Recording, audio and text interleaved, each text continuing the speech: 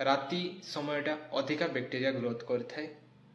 तेणु राति चांसेस अधिक थाए खाद्य जमा रही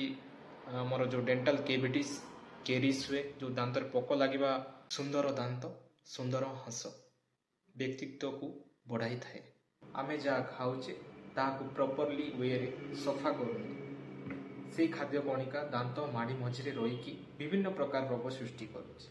ताहा मध्यरु पायरिया होची अन्यतम। पायरिया रे मुख्यतः आमे जो खाइबा खाई थाउ तार फूड पार्टिकल छोट छोट दाना खाद्य कणिका गुड़ा दांत और माड़ी मझिरे लागिकी रही जाए थाए जहा फल रे कि ब्रश से जगह पहुंची पारे ना। ब्रश न पहुंचवा जो से फूड पार्टिकल गुड़ा रहीकि आमर डेंटाल प्लाक रे परिणत हो जाए थाए। फल रे ब्रश करबा बेले ब्लीडिंग हुए तो से जो लोक माने ब्रश करने को डरती जहाँ कोई जिंजिवाइटिस बोली आमे कही था माड़ी infection gingivitis inflammation of gingiva dental plaque जोटा फॉर्मेशन हो जाए परवर्ती समय डेंटाल कैलकुलस गोटे छोटिया पत्थर स्टोन आकार रे हलदिया रंगर रही था दांत और माड़ी मझिरे सेटा रही जाई थाए ताहा जोगु दांत और माड़ी दुर्बल हो जाती माड़ी तलू खसी आसे से भितर खाइबा पशिकी इन्फेक्शन होगी पाटी गंधा। दांतर जत्न आमे केमिति नेबा प्रथमे आमे दिन को 2 थर ब्रश करवा दिन सारा आमे जहाँ भी खाई थाउ सेटा दांत मझिरे लागिकी परद सृष्टि करे जहाँ को आमे डेंटाल प्लाक कही थाउ एवं से जगार खाद्य जमा रहीकि आमर बैक्टेरिया ग्रोथ होता है। राति समयटा अधिका बैक्टेरिया ग्रोथ करें तेणु राति चांसेस अधिक थाए खाद्य जमा रही आमर जो डेंटाल केविटीज केरीज हुए जो दांत पोक लगे स्टार्ट हो जाए तापाई आमे राति रे ब्रश करवा आ जो इंटरडेंटाल स्पेस रे खाइबा गुड़ा लागिकी रही थाए तापाई आमे डेंटाल फ्लॉस यूज करवा मार्केट रे अवेलेबल अच्छी डेंटाल फ्लॉस एबी भी वाटर फ्लॉस भी आसलानी मेसिन 5 ml माउथ वाश उषुम पानी सहित मिसेकी 2 ରୁ 3 मिनट कुली करवा दरकार तापर खाली पानी रे पाटी धोइबे नहीं कारण माउथ वाश रो एफिकेसी कमी जाए थाए। आमर जो अल्ट्रासोनिक स्केलर थाए मेसिन थाए डेंटाल क्लिनिक मानक तो ता द्वारा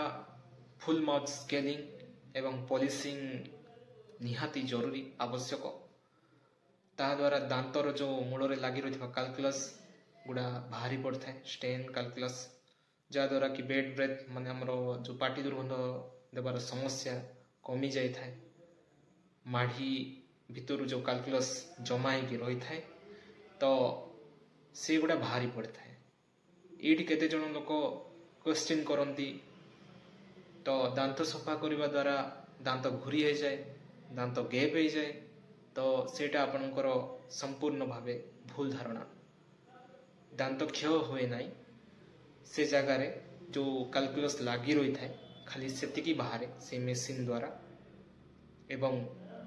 नूतन माड़ी सृष्टि हुए परवर्ती समय रे प्रति 6 मास को थरे डेंटाल चेकअप पाखरे थिबा क्लिनिक को जाई डेंटाल चेकअप करेंगे जो जो समस्या थिबो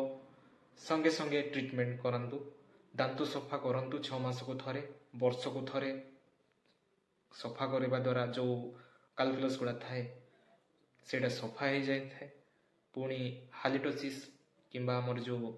पाटी दुर्गंध समस्या भी दूर हो जाए थाए ताकू दूरेकी रहिबा पई हेले वर्ष को थरे सफा करंतु और जो मानकर हैबिट अच्छी पान गुटका सिगरेट बीड़ी स्मोकिंग करंती हेवी स्मोकिंग करंती ताठू दूरेकी रुहंतु आमे घरे उपचार भी करवा होम रेमेडीज जो अच्छी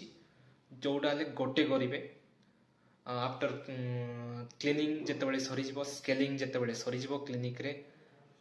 मेडिसिन माउथ वाश किसी भी डॉक्टर को परामर्श आप नहीं ता सब संपूर्ण यूज हो जापर आप कौन करेंगे ना होम रेमेडीज रे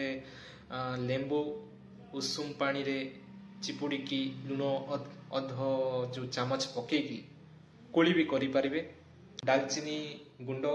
କିମ୍ବା ଡାଲଚିନିକୁ ଚୋବେଇ ପାରିବା। ଡାଲଚିନି ଗୁଣ୍ଡକୁ ଉଷୁମ ଗରମ ପାଣିରେ ପକେଇକି କୁଳି କରିପାରିବା। ତୁଳସୀ ପତ୍ର 8ରୁ 10ଟା ତୁଳସୀ ପତ୍ର ନେଇକି ଆମେ ଦିନକୁ ଥରେ ଚୋବେଇକି ଖାଇପାରିବା, ଯାହାଫଳରେ କି ପାଟି ଦୁର୍ଗନ୍ଧ ଦେବାର ସମସ୍ୟା ଦୂର ହୋଇଥାଏ। ଏବଂ ପାଣି ପ୍ରପର ୱେରେ ପିଇବା।